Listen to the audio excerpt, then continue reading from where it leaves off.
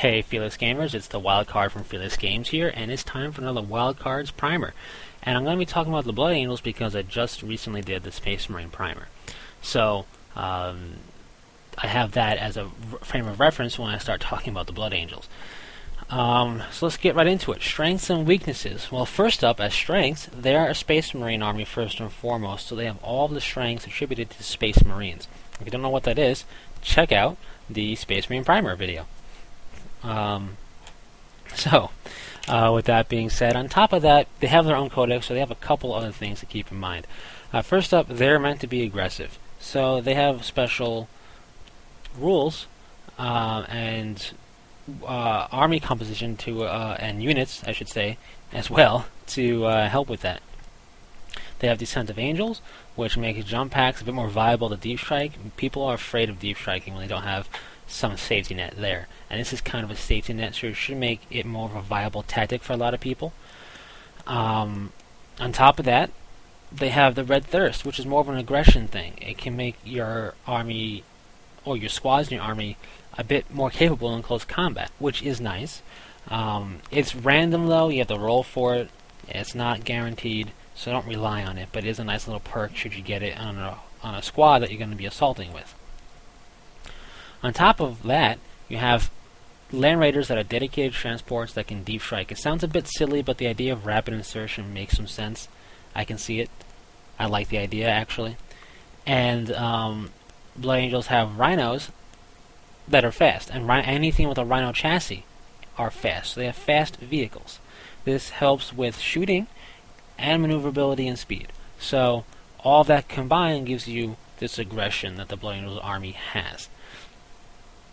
And that's really it for the strengths. I mean, all those things that would be separate little mini strengths to talk about on one topic, being their aggression.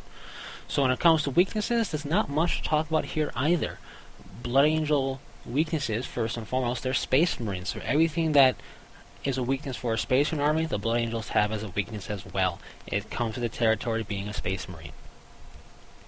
On top of that, to go a bit more so into the size of the army, which is a little bit of a weakness for Space Marines in general, Blood Angels tend to have a bit more of that going on because their Rhino chassis tend to be a little bit more expensive, and they have some squads that can be pretty points heavy, like the cool stuff like Sanguinary Guard and Death Company can be big points crunches, and if you take Land Raiders in mass, of course, that'll make your army smaller. But all that together means Blood Angels tend to be, when in the realm of Space Marine armies, a bit smaller than average because of that. Or much smaller, depending upon how crazy you go with it. And the only other real weakness they have, that aside from being Space Marines, is more of a player's weakness, and that is aggression. Their aggression is a strength, and they have rules for it. But if you're not keeping yourself in check, you can very easily overextend yourself and find yourself looking at basically an enemy shooting squad or enemy execution line, picking your guys off one at a time, basically. If you're overextended, you can't support your forces effectively, which leads to more losses in the game. So you don't want to overextend yourself, which can happen very easily when you have the ability to deep strike so many different things. These fast vehicles, you can really overextend yourself pretty quickly if you're not careful. So, with that being said, let's talk about their models and collecting them a little bit. Now, they're Space Marines, so they benefit greatly from the battle force. Not just their own. They have a Blood Angels battle force, which is very nice. But the generic Space Marine battle force, any Space Marine force can benefit from that battle force, and if it has a lot of what you need or what you want in your army, it may be worth considering. If not, the Blood Angels battle force is definitely going to be geared towards people collecting Blood Angels, and more often than not, you're going to be using everything in there, I feel, in one way or another. So that's another very good battle force to consider. Both will be good options depending upon your playstyle, of course. If you're just not going to use some of those things, it may not be the best thing to get.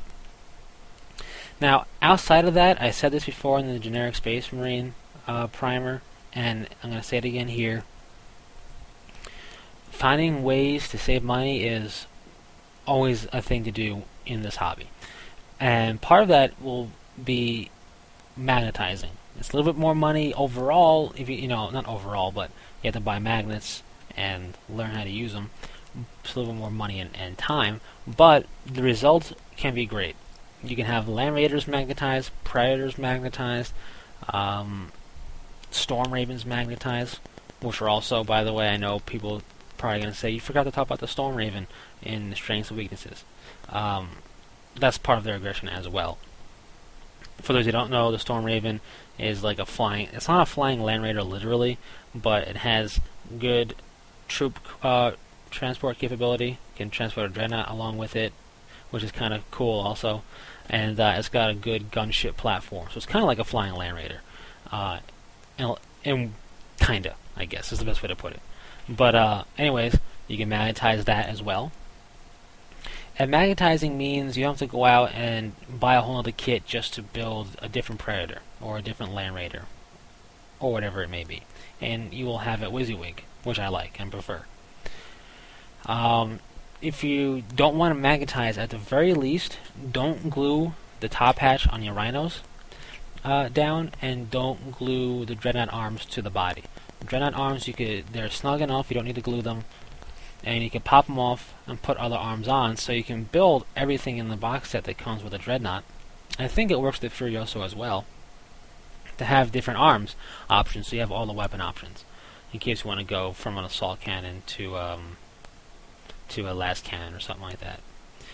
And with Rhinos, I say don't glue the top hatch down because don't buy Rhino kits.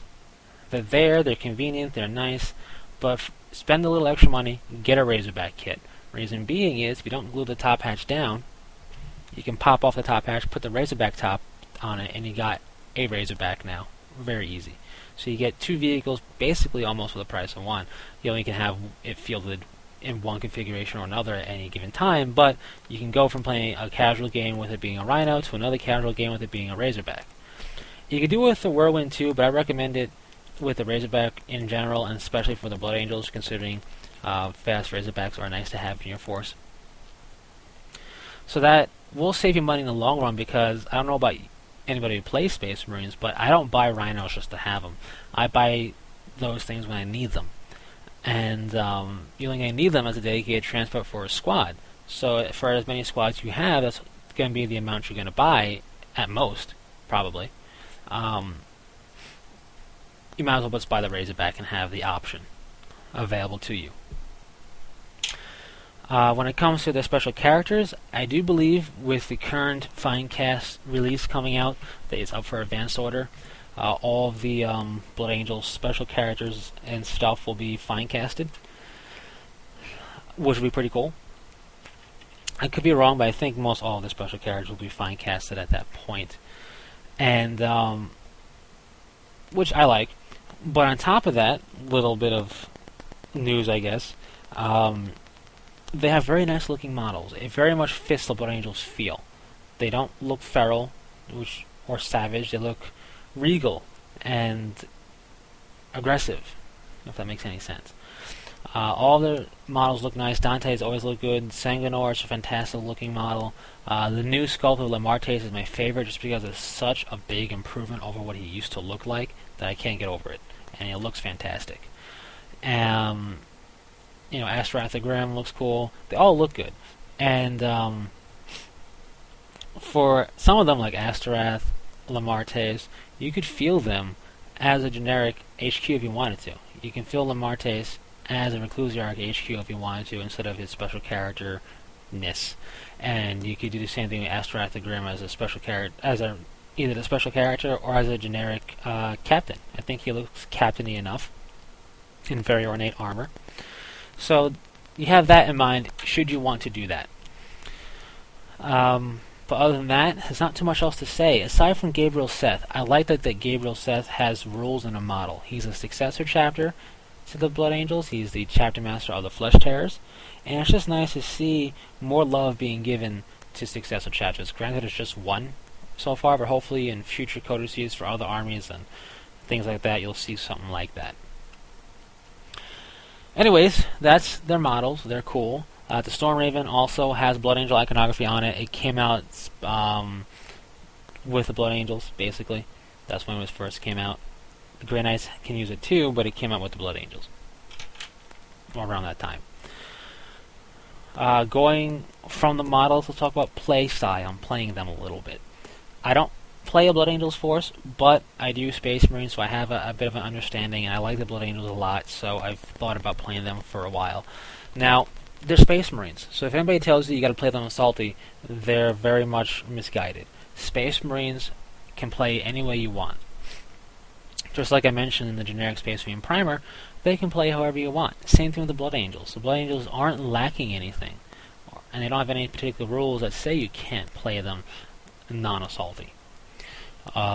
They have, unlike the Black Templars Codex, which I'll go over in the future, they're not lacking any particular squads for shooting like the Black Templars are, or any particular unit, I should say.